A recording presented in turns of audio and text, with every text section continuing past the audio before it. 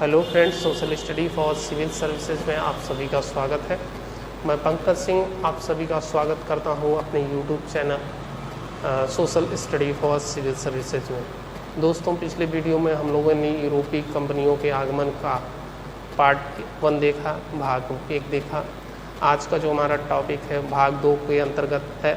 तो भाग 2 के अंतर्गत हम ये देखने का प्रयास करेंगे कि यूरोपीय कंपनियों के आगमन का क्रम क्या है, उनकी स्थापना का क्रम क्या है, किन यूरोपीय कंपनियों की पहली फैक्ट्री कहाँ पे बनी, किस वर्ष बनी, और साथ ही साथ यह भी देखेंगे कि पुर्तगाली जो गवर्नर रहे वो भारत में अपने साम्राज्य के विस्तार के लिए, अपने व्यापारिक विस्तार के लिए कौन कौन सी रणनीतियाँ अपनाते हैं और उन रणनीतियों का अनुपालन करते हैं बाकी आने वाले यानी पूर्व जो उत्तरवर्ती जो यूरोपीय कंपनियां हैं वो किस प्रकार पुर्तगाली कंपनियों के रणनीतियों का अनुपालन करते हुए आगे बढ़ते हैं। और अंतिम रूप से आप देखेंगे कि फ्रांसीसी कंपनी और अंग्रेज़ की कंपनी यानी British company, east India company, ये दो ही कंपनी वर्चस्व की लड़ाई लड़ते हैं भारत में और अंतिम रूप से विजय प्राप्त करते हैं ब्रिटिश ईस्ट इंडिया कंपनी। तो ब्रिटिश ईस्ट इंडिया कंपनी और फ्रांसीसी ईस्ट इंडिया कंपनी, ये दो मुख्यतः आधुनिक भारत के प्रारंभिक इतिहास में अपना महत्वपूर्ण स्थान रखते हैं। इसलिए जो हमारा इतिहास का क्रम होगा, जो हमारी टॉपिक होगा, वो क्रमवार होगा ताकि हमें समझने के लिए ज़्यादा प्रयास न करना पड़े, एक कॉन्सेप्ट बन जाए, एक क्रम बन जाए, ताकि आने वाले जो परीक्षाएं हैं, जो आप नए प्रकार के प्रश्न बनते हैं, उन प्रश्नों को हम आसानी से हल कर सकें। तो दोस्तों, शुरू करते हैं आज का हमारा अपना टॉपिक, यूरोपीय कंपनियों का आगमन। ये भाग 2 है। भाग 2 में भाग 1 का वीडियो आप प्लेलिस्ट में जाके देख लीजिएगा। इसमें देखते हैं दोस्तों, इसमें तो पहला अगर आप देखें तो जो यूरोपीय कंपनियां हैं, कंपनियों के आगमन का क्रम, कंपनियों के आगमन का क्रम। तो आगमन का क्रम क्या है, इसको देखने का हम प्रयास करेंगे। पहली कंपनी जो भारत में आती है और भारत का खोज करती है, यूरोपीय कंपनी, वह है पुर्तगाली कंपनी। जो पुर्तगाल है यानी पुर्तगाली जो व्यापारिक वर्ग है, सबसे पहले वो भारत की खोज करते हैं सन 1498 ईस्वी में। और ये आगमन का क्रम है, ध्यान दीजिएगा। यानी भारत में जो यूरोपीय कंपनियां हैं उनके आने का क्या क्रम है, आगमन का क्या क्रम है, इस पे हम ध्यान देने का प्रयास कर रहे हैं। दूसरे आते हैं डच। डच को आप हॉलैंड के निवासी भी कह सकते हैं। हॉलैंड के निवासी आते हैं 1595 ईस्वी में। उसके बाद आते हैं अंग्रेज। अंग्रेज़ों का जो आगमन होता है, जिन्हें आप ब्रिटिश भी कहते हैं, इनका आगमन होता है 1600 ईस्वी में। ठीक। उसके बाद आते हैं फ्रांसीसी यानी फ्रेंच। तो जो फ्रेंच कंपनी आती है दोस्तों, वो आती है 1664 ईस्वी में। तो जो यूरोपीय कंपनियों के आगमन का जो क्रम है वो यही है। सबसे पहले आती है पुर्तगाली कंपनी 1498 में। उसके बाद डच कंपनी आती है 1595 ईस्वी में। फिर उसके बाद आते हैं अंग्रेज कंपनी 1600 ईस्वी में। और लास्ट में जो कंपनी आती है फ्रेंच यानी फ्रांसीसी कंपनी, उसको हम कहते हैं, इसका जो आगमन का जो क्रम है, जिस वर्ष वो आता है 1664 ईस्वी में भारत में प्रवेश करता है। ठीक है। एक अंतिम कंपनी है जो सामान्यतः प्रश्न में बन जाता है, लेकिन उसको बस एक लाइन में हम समझने का प्रयास करेंगे। Swedish company.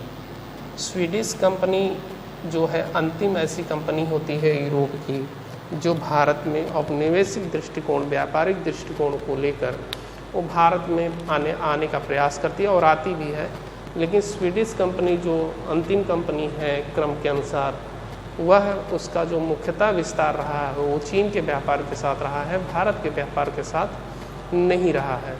तो हम बस इतना देखने का प्रयास करेंगे कि भारत के क्रम में कौन कौन सी मुख्य कंपनियां हैं जो अपने व्यापार को बढ़ाती हैं और भारत का आर्थिक शोषण करती हैं, उनकी संपदा का शोषण करती हैं और धीरे धीरे अपने साम्राज्यवादी नीति का एक विस्तार करने का प्रयास करते हैं ताकि अधिक से अधिक लाभ कमाया जा सके, अधिक से अधिक व्यापार किया जा सके। इन सब दृष्टिकोणों से ये व्यापारिक कंपनियां भारत में आती हैं। उसके बाद देखते हैं दोस्तों, इनके स्थापना का क्रम अगर हम देखें, यूरोपीय कंपनियों के स्थापना का क्रम देखें, ये हो गया तो मान लीजिए ये यूरोपीय कंपनियों के स्थापना का क्रम। स्थापना का क्रम क्या है इसको देखेंगे। स्थापना के क्रम में देखें तो सबसे पहले जो पुर्तगाली अपनी कंपनी स्थापित करती है, पुर्तगाली 1503 ईस्वी में अपनी कंपनी की स्थापना करती है पुर्तगाली। उसके बाद अंग्रेज अपनी कंपनी की स्थापना करते हैं। यहाँ दो चीज़ें देखनी है, यहाँ दूसरे नंबर पे डच है और यहाँ दूसरे नंबर पे अंग्रेज। अंग्रेज यानी ब्रिटिश कंपनी 1600 में अपनी कंपनी स्थापना करते हैं। फिर डच आते हैं, डच की कंपनी जो है 1602 में ये अपनी कंपनी स्थापित करते हैं। उसके बाद फ्रेंच कंपनी की जो कंपनी की स्थापना है वो 1664 ईस्वी में अपनी कंपनी की स्थापना करते हैं। तो ये कंपनियों की स्थापना का क्रम है, इसको याद कर लीजिए या नोट डाउन कर लीजिए। फिर आगे देखते हैं क्या। अब इसी क्रम में अगर हम देखें तो ये तो कंपनियों के स्थापना का क्रम हो गया। उसके बाद जो दूसरा तथ्य निकल के सामने आता है कि जो यूरोपीय कंपनियां हैं वो अपनी प्रथम कोठी या प्रथम फैक्ट्री कहाँ स्थापित करते हैं, इस पे भी प्रश्न बनता है। तो इसको एक लाइन में समझ लेते हैं। पुर्तगाली जो अपना सबसे पहली कंपनी स्थापित करते हैं वो चीन में करते हैं। वो चीन में सबसे पहले अपनी कंपनी स्थापित करते हैं और ये कंपनी स्थापित करते हैं 1503 ईस्वी। उसके बाद अंग्रेज सूरत में अपनी कंपनी स्थापित करते हैं, मतलब फैक्ट्री स्थापित करते हैं। ये करते हैं 1608 ईस्वी में। 1608 ईस्वी में डच कंपनी मछलीपट्टनम में करते हैं, मछलीपट्टनम में ये करते हैं 1605 ईस्वी में। और लास्ट में फ्रेंच जो है सूरत में अपनी कंपनी स्थापित करते हैं, यानी फैक्ट्री स्थापित करते हैं। सूरत में प्रथम फैक्ट्री स्थापित करते हैं 1668 ईस्वी में। ठीक है, तो ये जो महत्वपूर्ण तथ्य निकल के सामने आ रहे हैं इनको नोट डाउन कर लीजिए। ठीक है, तो ये कुछ महत्वपूर्ण तथ्य हैं जो यूरोपीय कंपनियों के आगमन, उनकी स्थापना के क्रम और साथ ही साथ उनके प्रथम कोठी कहाँ कहाँ बनाए गए और किस किस वर्ष बनाए गए, इस पे भी प्रश्न बनता है कि पुर्तगाली प्रथम कोठी कहाँ स्थापित किए, कोचीन में किए, अंग्रेज कहाँ किए, सूरत में किए, डच कहाँ किए, मछलीपट्टनम में किए, पट्टम में किए, और फ्रेंच कहाँ कर रहे हैं, सूरत में कर रहे हैं।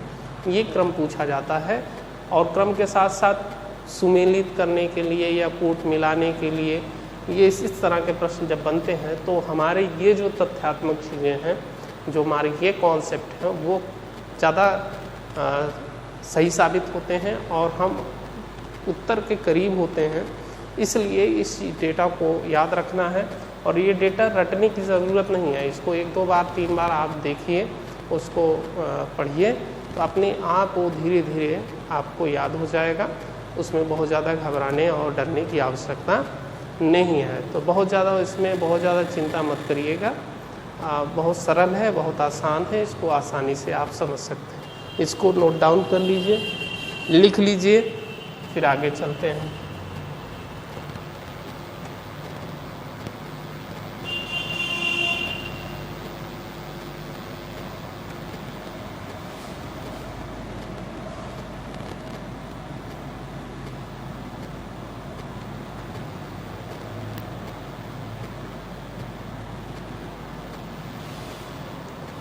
इसी क्रम में देखें तो जब पुर्तगाली कंपनी आती है भारत में, तो सबसे पहले पुर्तगाली कंपनी जब 1503 में अपनी कंपनी स्थापित करती है, कहाँ पे? कोचीन में। तो कोचीन में जब अपनी कंपनी स्थापित कर देती है, अपनी कोठी की स्थापना कर देते हैं, फिर 1505 ईस्वी में, यानी लगभग 2 साल बाद 1505 ईस्वी में जो पुर्तगाली कंपनी है वो अपनी एक गवर्नर जनरल नियुक्त करते हैं या वायसराय नियुक्त करते हैं। गवर्नर जनरल और वायसराय नियुक्त करते हैं। प्रथम गवर्नर जनरल अथवा वायसराय नियुक्त करते हैं, जिनका नाम है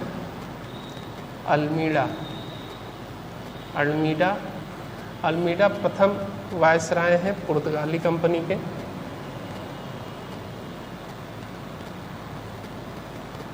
ये इनका जो आगमन है 1505 से 1509 तक ये भारत में कोचीन वाले क्षेत्र के गवर्नर या अथवा वायसराय रहते हैं।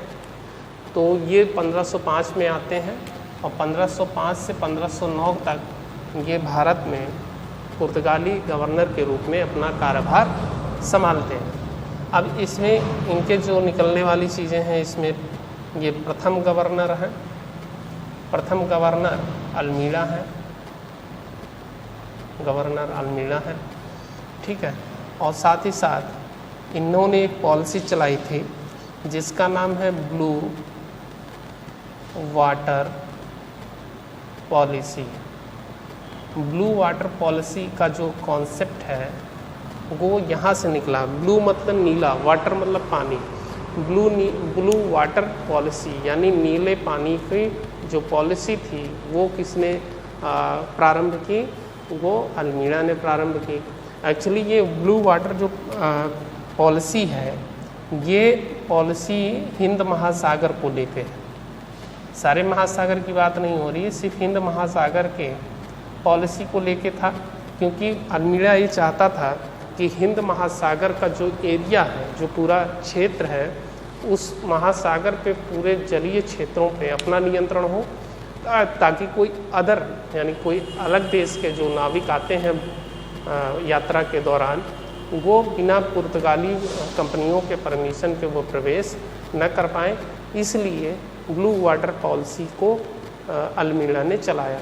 हालांकि अल्मीडा जो है सफल नहीं हुए, फिर भी इसी क्रम में देखेंगे अगले जो वायसराय आते हैं, जो गवर्नर आते हैं, उनका नाम है अल्बुकर्क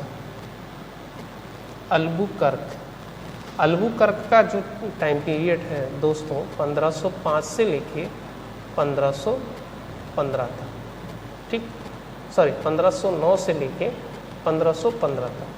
तो 1509 में ये जाते हैं, इनको वापस बुला लिया जाता है। इनको वापस इसलिए बुला लिया जाता है क्योंकि इनका जो काम धाम था वो व्यापारिक दृष्टिकोण के बहुत ज़्यादा लेकर नहीं था, साम्राज्यवादी। इनका फोकस पूरा हिंद महासागर पे था, व्यापार को लेकर ये उदासीन थे, इसलिए इनको वापस बुला लिया गया। जो पुर्तगाली जो दूसरे वायसराय रहे उनका नाम रहा अल्बुकर्क गवर्नर थे, दूसरे गवर्नर थे, और यह वास्तविक संस्थापक थे। ये वास्तविक संस्थापक थे पुर्तगालियों के।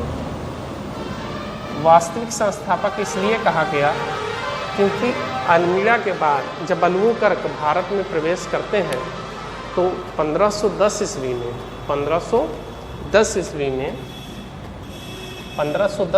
में एडी में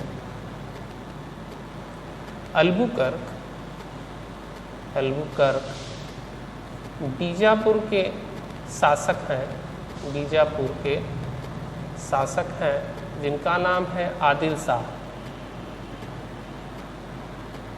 बीजापुर के शासक हैं आदिल शाह। आदिल शाह से अल्बुकर्क ने गोवा जीत लिया, गोवा जीत लिया 1510 में।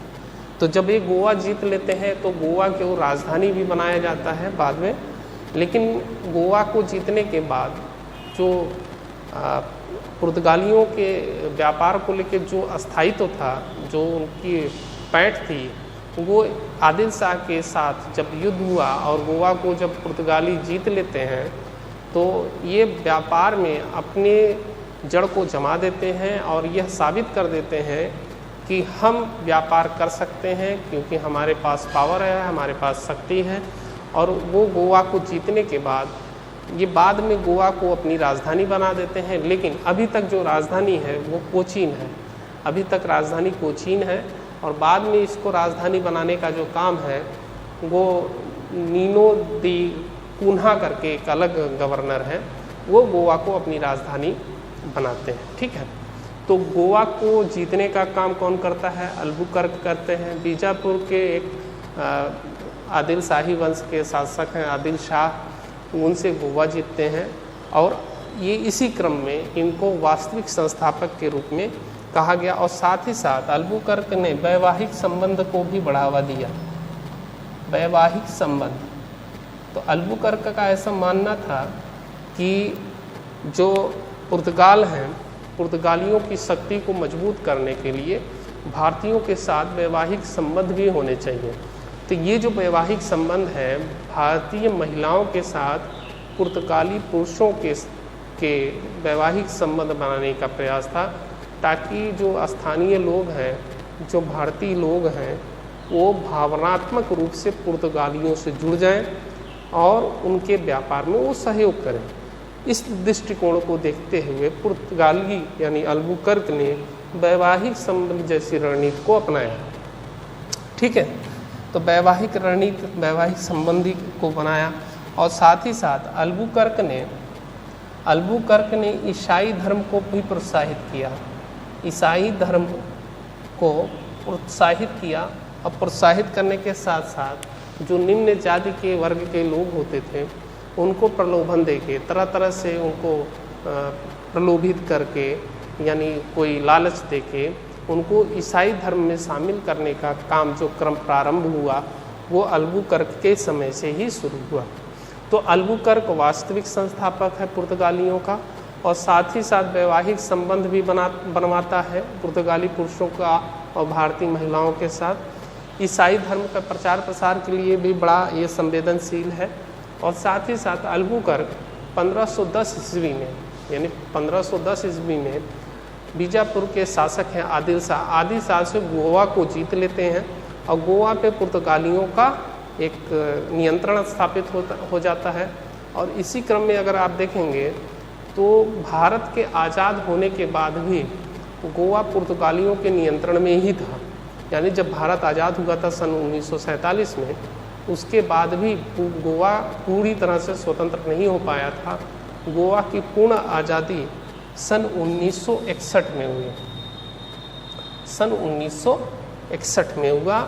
और इसी 1961 में जब उनको पूर्ण आज़ादी मिलती तो ऐसा प्रश्न भी बनता है कि सबसे पहले आने वाला जो यूरोपीय कंपनी था वो पुर्तगाली था, और सबसे बाद में जाने वाला जो कंपनी था देश को छोड़ के वो भी पुर्तगाली ही था। यानी सबसे पहले आने वाला पुर्तगाली और सबसे बाद में जाने वाला जो क्रम है यूरोपियों का, यूरोपीय कंपनियों का, वो भी पुर्तगाली। तो यहाँ पे कंफ्यूज नहीं होना, पुर्तगालियों से लेके यही कुछ पॉइंट्स निकल के आते हैं। इसमें एक और चीज़ निकल के आ सकता है, नीनो दी कुन्हा करके एक गवर्नर है,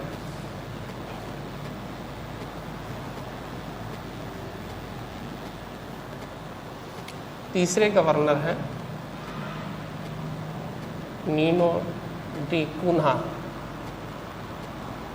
ये भी फ्रांसीसी गवर्नर हैं। इनका काम कुछ नहीं, इनका काम बहुत सीमित है।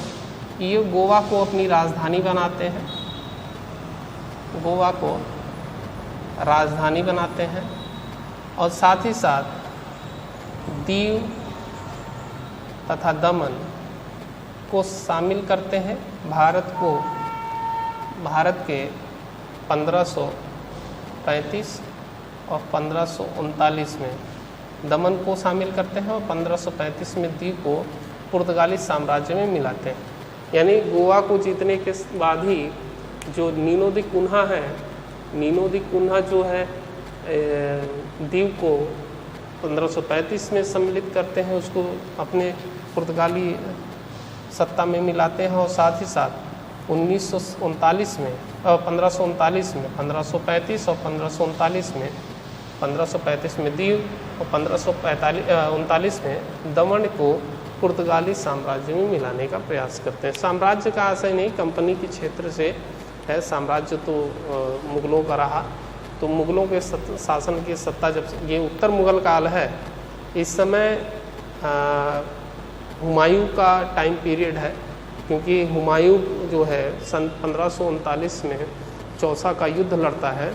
तो चौसा का जब युद्ध हो रहा था उसी समय दमन को पुर्तगालियों ने अपने अधिकार में ले लिया और व्यापारिक जो हस्तक्षेप थे पूरे इनके नियंत्रण में था, दमन और दीव को लेकर। ठीक है, और देखेंगे कि 1661 में गोवा को स्वतंत्र कराते हैं। भारत में पूर्ण रूप से मिलाया जाता है वो 1661 में ही 1961 में ही उसको मिलाया जाता है।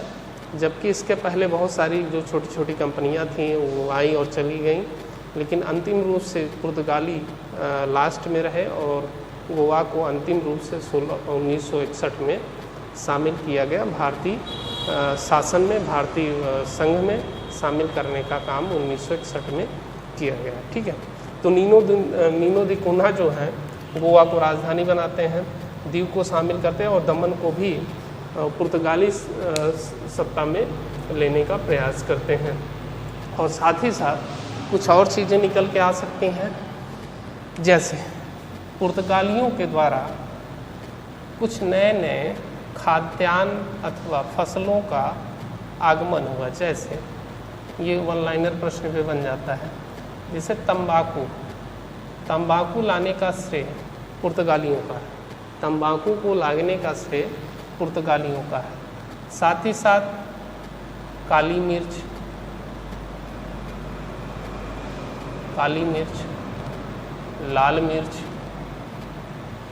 लाल मिर्च, अनानास,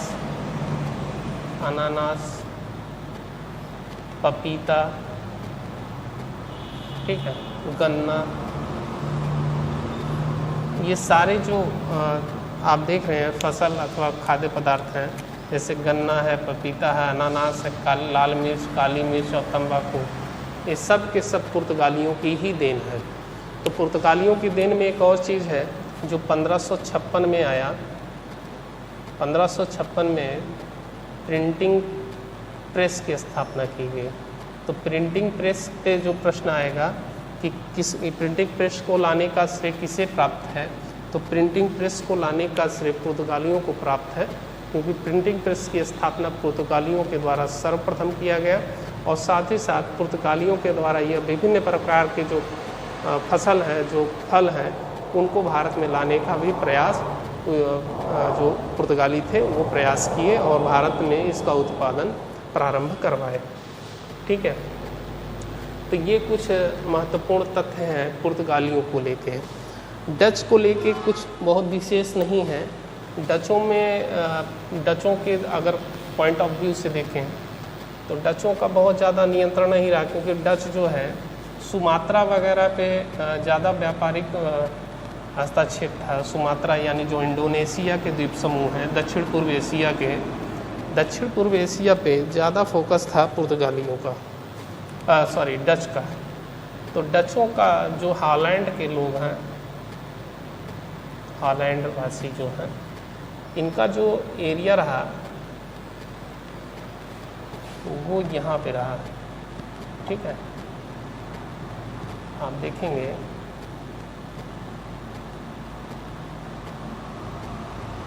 यहाँ पे ज़्यादातर डचों का साम्राज्य रहा।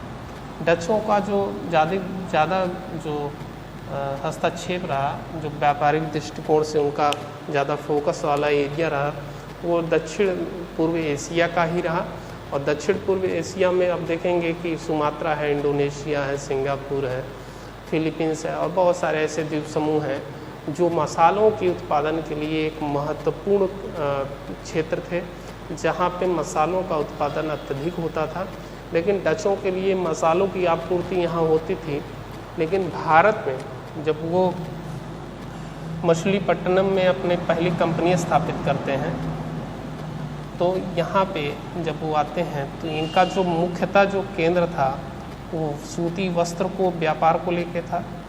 यानी सूती वस्त्र,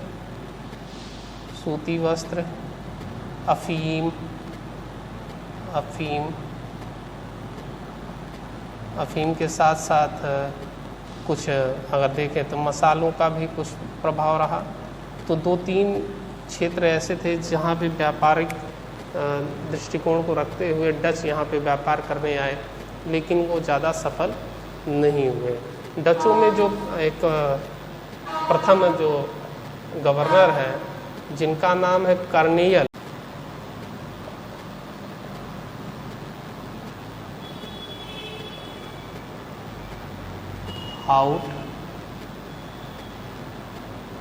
आउटमैन, ये सबसे पहले भारत में आते हैं और सूती वस्त्रों वगैरह पे ज़्यादा फोकस करते हैं। और पुनः ये फिर धीरे धीरे देखेंगे एक बेदरा का युद्ध होता है, बेदरा का युद्ध सन 1559 ईस्वी में। सन 1559 ईस्वी में बेदरा का युद्ध होता है, जिसमें अंग्रेज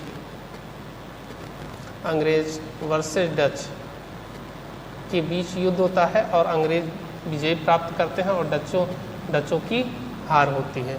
और इसी क्रम में देखेंगे कि डच जो है पूरी तरह से फिर भारत से निकल के व्यापारिक दृष्टिकोण को त्याग कर फिर इसी युद्ध के बाद वो समाप्त हो जाती हैं, उनकी सत्ता लगभग समाप्त हो जाती है, उनकी कंपनियां लगभग समाप्त हो जाती हैं और फिर धीरे धीरे वो भारत को छोड़ देते हैं।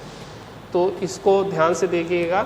बेदरा का युद्ध 1559 में हुआ और वांडीवास का भी युद्ध हुआ था 1560 में। तो 1560 वाला जो युद्ध है उसको हम बाद में चर्चा करेंगे, जब फ्रांसीसी और अंग्रेज़ के युद्ध की बात आएगी वहाँ पे हम वांडीवास के युद्ध की बात करेंगे। लेकिन यहाँ पे जो बेदरा का युद्ध हुआ, इसी युद्ध में अंग्रेज़ों ने डचों को पराजित कर दिया और इसी से डचों का जो व्यापारिक क्षेत्र रहा वो धीरे धीरे समाप्त हो गया और पुनः ये अपने देश यानी हॉलैंड फिर वापस चले गए। और तब जाके भारत में अंग्रेज़, फ्रांसीसी और डेनमार्की और जो पुर्तगाली हैं ये बचे। डच की सत्ता धीरे धीरे समाप्त हो गई, उनकी कोठियाँ टूटने लगी और फिर वो वापस जाने लगे। तो ये कुछ टॉपिक है, कुछ पॉइंट हैं जो पुर्तगाली और डच के जो व्यापारिक कोठियाँ हैं, व्यापारिक जो रणनीतियाँ हैं, जो उनकी पॉलिसी है उसको लेके है। अब आज के लिए इतना ही, क्योंकि जो अगला वीडियो होगा उस अगले वीडियो में हम दोस्तों अंग्रेज़ और फ्रांसीसी को लेके एक टॉपिक बनाएंगे और उसी अंग्रेज़ और फ्रांसीसी भारत में आके क्या करते हैं, किस तरह प्रकार के व्यापारिक रणनीति अपनाते हैं और साथ ही साथ अंग्रेज़ और फ्रांसीसियों के बीच कुछ महत्वपूर्ण युद्ध होते हैं वर्चस्व की लड़ाई को लेके। क्योंकि भारत में अगर व्यापार करना है तो 2 कंपनी तो कर सकते नहीं थे, इसलिए फ्रांसीसी और अंग्रेज़ों के बीच एक युद्ध होता है। 3 युद्ध होते हैं मुख्यतः, जो कर्नाटक के युद्ध के नाम से जाने जाते हैं। इसकी चर्चा हम अगले वीडियो में करेंगे, ठीक है। तो प्रारंभिक दृष्टिकोण से बस इतना समझिए कि पुर्तगाली और डच वाले जो चैप्टर हैं वो यहाँ पे समाप्त होते हैं। अब अगला वीडियो जो है हमारा अंग्रेज़ और फ्रांसीसी कंपनियों को लेकर होगा। तो आप अगला वीडियो भी देखिएगा और इसको भी देखिएगा, 1 बार देखिए, 2 बार देखिए, तो निस्संदेह हमें उम्मीद है कि आपको समझ में आ जाएगा। और परीक्षा के पॉइंट ऑफ व्यू से बहुत ही महत्वपूर्ण टॉपिक है, तो इसको ज़रूर देखिएगा, ज़रूर समझने का प्रयास करिएगा। तो बहुत बहुत धन्यवाद। आप सभी हमारे YouTube चैनल को ज़्यादा से ज़्यादा लाइक करिए, शेयर करिए और सब्सक्राइब कराइए, क्योंकि सब्सक्राइब की संख्या कम है। तो आप लोगों से यही निवेदन है कि अगर सब्सक्राइब ज़्यादा से ज़्यादा होगा तो थोड़ा सा मनोबल बढ़ेगा और भी अच्छे अच्छे वीडियो लाने के प्रयास किए जाएंगे और आप तक इसी प्रकार से चलता रहेगा क्रम। अभी जो हमारा पॉलिटी वाला सेक्शन है उसमें राष्ट्रपति समाप्त हुआ है, उपराष्ट्रपति पे भी हम अगला वीडियो लाएंगे। फ़िलहाल अभी मॉडर्न चल रहा है तो 1-2 वीडियो मॉडर्न का होगा, फिर उसके बाद उपराष्ट्रपति के टॉपिक पे भी हम आएंगे। पॉलिटी और हिस्ट्री ये दोनों साथ साथ लेके चलेंगे, क्योंकि पॉलिटी हिस्ट्री जो जीके बेस्ड जो एग्ज़ाम होते हैं उसके पॉइंट ऑफ व्यू से ये 2 पोर्शन 2 सब्जेक्ट बहुत ही महत्वपूर्ण होते हैं। तो दोस्तों इन्हीं 2 सब्जेक्टों पे पूरा फोकस करना है। तो आप सबसे यही निवेदन है कि पूरी तरह से प्यार देते रहिए, लाइक करिए, सब्सक्राइब करिए, शेयर करिए। नमस्कार, धन्यवाद।